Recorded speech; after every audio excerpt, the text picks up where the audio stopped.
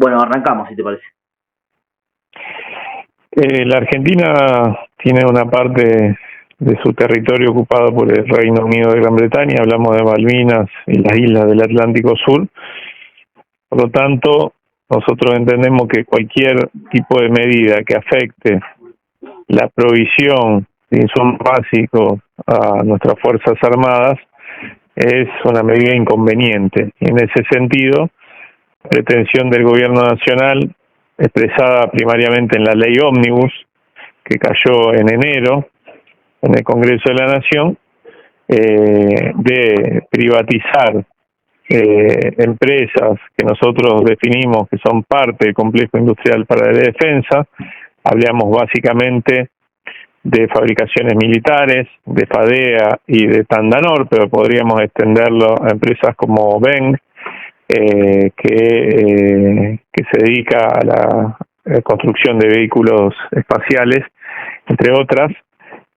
Bueno, nosotros entendemos que tiene que ser revisado, ¿no? Básicamente porque de privatizarse efectivamente dejaría a la Argentina inerme y a la Fuerza Armada con serias dificultades para la provisión de insumos básicos, ¿no? En ese sentido presentamos en enero, mientras se discutía la ley ómnibus, una iniciativa que propone declarar el carácter estratégico nacional a estas empresas,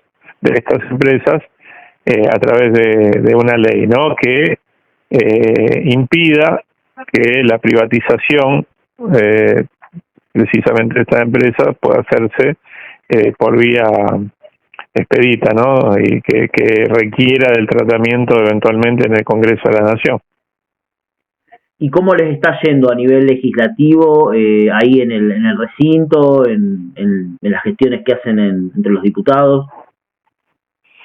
Ustedes saben que el Congreso de la Nación tiene hoy serias dificultades para su funcionamiento a partir de la decisión de quienes conducen la Cámara, tanto la Cámara Baja como la Cámara Alta, de ponerle un freno a todo lo que tiene que ver con el funcionamiento legislativo.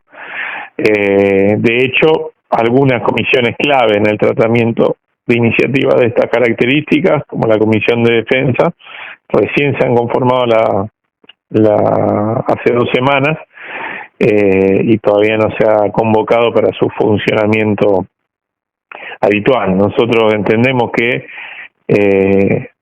el funcionamiento cotidiano de la Cámara es condición sine qua non para poder convertir a las comisiones, en primer lugar, en una caja de resonancia de todo lo que sucede a nivel nacional y en segundo lugar en el motor de iniciativas de estas características. Por supuesto que el oficialismo solo no es responsable solamente del freno del funcionamiento de la Cámara. Hay una mayoría circunstancial que reúne al oficialismo y aparte de esa oposición que se define como amigable, como dialoguista, que termina siendo funcional a las pretensiones del Ejecutivo, ¿no? ¿Y vos cómo ves que...? Porque ayer escuchaba el discurso de Javier Milei en relación al 2 de abril. Y él hablaba de que hay que equipar al músculo militar y todo lo demás. ¿Vos por qué dice una cosa y hace otra?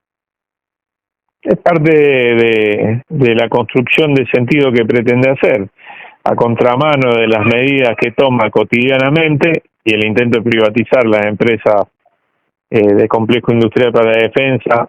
En ese sentido es clara, es decir, no admite doble lectura.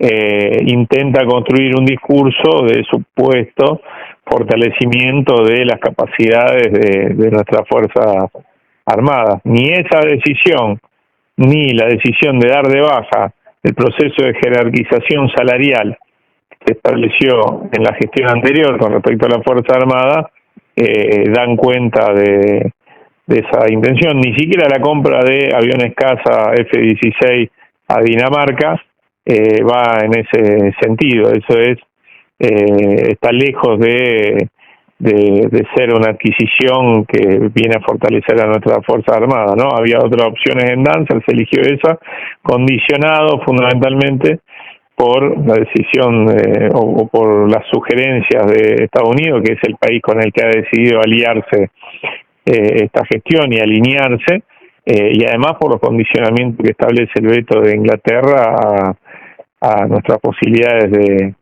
adquirir armamento de primera categoría, ¿no? Tal cual, sí, igual lo de los F-16 se venía tratando desde el gobierno anterior. Además, sí, se venía tratando del gobierno anterior, estaba esa opción, estaba opción en su momento de comprar aviones caza también a la India y a China, que era una opción fuerte, y estamos hablando de aviones modernos, y se terminó optando por comprar 24 F-16, 12 de ellos están directamente obsoletos, y el resto requiere de la manutención del service permanente por parte de empresas estadounidenses, con todo lo que conlleva eso, ¿no? En materia de defensa, y teniendo en cuenta que el Reino Unido de Gran Bretaña es aliado de Estados Unidos en la OTAN. ¿Y cómo ves vos la política actual de Javier Milei en relación a la política exterior en general? ¿Qué característico, qué sesgo le ves vos característico a esta nueva impronta en las relaciones exteriores? Hay un alineamiento claro, no lo digo yo, lo dijo hace unos días Javier Milei en una entrevista que hizo, alineamiento y sujeción a los intereses de Estados Unidos y de Israel. Y esto se desprende también de las primeras visitas oficiales en algún caso, y en otras visitas por fuera del protocolo que realizó, y a los países en los que realizó y los que pretende visitar Milei. Hablamos de Israel, hablamos de Estados Unidos en esa visita informal y tras bambalinas el encuentro con Trump, y hablamos de la intención de visitar Ucrania, un país que está en conflicto con la Federación Rusa. Bueno, todo eso habla por sí solo, ¿no? ¿Y qué ves vos en los gobernadores en relación a la cuestión del Reino Unido? La mayoría de los gobernadores ha tenido una reacción bastante acompasada en contra de la genuflexión que estamos viviendo. ¿Vos crees que eso es algo fingido? ¿Crees que es algo genuino? Yo creo que objetivamente hay intereses de las gestiones provinciales e incluso de los municipios que se dan de frente con las pretensiones del gobierno central de financiar a las provincias, a los municipios, y de generar una fenomenal traslación de recursos de los sectores populares a los sectores más concentrados de la economía. Eso indudablemente afecta a las provincias y a los municipios, sobre todo porque se pretende trasladar ese justo a esos niveles del Estado. Entonces, en ese marco, las reacciones de los gobiernos subnacionales son múltiples, en algunos casos atadas, ¿no es cierto?, a esas situaciones de financiamiento a las que los somete nación, en otro caso movido por algún tipo de mirada genuina en la materia, y a veces se traduce esto en reacciones y en cuestionamiento frente a algunas políticas que lleva adelante el gobierno nacional, entre ellas las relaciones internacionales, ¿no? Hemos visto cómo ha habido algunas reacciones de provincias directamente ligadas a la cuestión de la soberanía, básicamente, por ejemplo, el gobernador de Tierra del Fuego, cuya provincia es la que las Malvinas de la isla del Atlántico Sur integran, ¿no?, la provincia de Tierra del Fuego, y ha tenido reacciones muy claras en rechazo a esta política del gobierno nacional, entre ellas, por ejemplo, no recibir a alguien que ha sido recibida con bombo y platillo, por ejemplo, y en una fecha tan cercana al 2 de abril, como Laura Richardson, que es la jefa del Comando Sur del Ejército de los Estados Unidos, ¿no? Tal cual. Yo recuerdo que a mediados de marzo, casi finales de marzo, el mismo gobernador recibió al embajador Stanley, que es el embajador de Estados Unidos, quien le informó que tenía un radar británico puesto en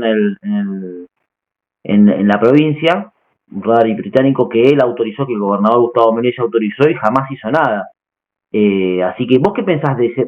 ¿Tenés alguna información de ese radar británico que está instalado en la provincia de Tierra del Fuego, que instaló parte del gobierno nacional anterior y el actual gobierno fueguino ahí en Tolwyn? No, bueno, en su momento esto generó un diferendo importante. Entiendo que gran parte de la responsabilidad está puesta en el gobierno provincial, y creo que tiene que ser revisado, por supuesto, como toda decisión que afecta a nuestra soberanía, y más tratándose de un país como Gran Bretaña, con el que tenemos un conflicto abierto, y donde además ese país ha, en los últimos meses, generado toda una gestualidad intentando profundizar su posición y fortalecer la posición de los Kelper, básicamente, ¿no? En el intento por básicamente reivindicar el derecho a autodeterminación, que, como bien es sabido, para la Argentina en este caso no existe, básicamente porque se trata de población implantada. Tal cual. Y la última, para no molestarte más, ¿vos crees que esta gestión de Javier Milei, que sería como una reedición turbo de Mauricio Macri, necesita un Forador y Duncan, o solamente con lo que está haciendo, o con la inacción, o con permitir lo que permite, ya le alcanza y le sobra? En los hechos está, sin necesidad de un acuerdo de esa característica, está avanzando en ese mismo sentido. Está teniendo toda una gestualidad totalmente vergonzante para con Gran Bretaña, y de pisoteo de las posiciones históricas de la Argentina. No ha habido una reacción en lo que me parece que es el hecho más importante de este último tiempo, que son la visita de Cameron a Malvinas y las declaraciones posteriores que hizo. No ha habido una reacción acorde por parte de la Cancillería argentina, y eso es grave, ¿no? Tal cual. Bueno, muchísimas gracias por esta oportunidad que nos da de conversar con vos, y estamos a tu disposición entera para cualquier tipo de iniciativa que tenga que ver con la soberanía. Nosotros la vamos a replicar y le vamos a dar rosca, por decirlo de alguna manera. Te agradezco mucho, un abrazo muy grande. Abrazo grande, chau, chau. Hasta luego.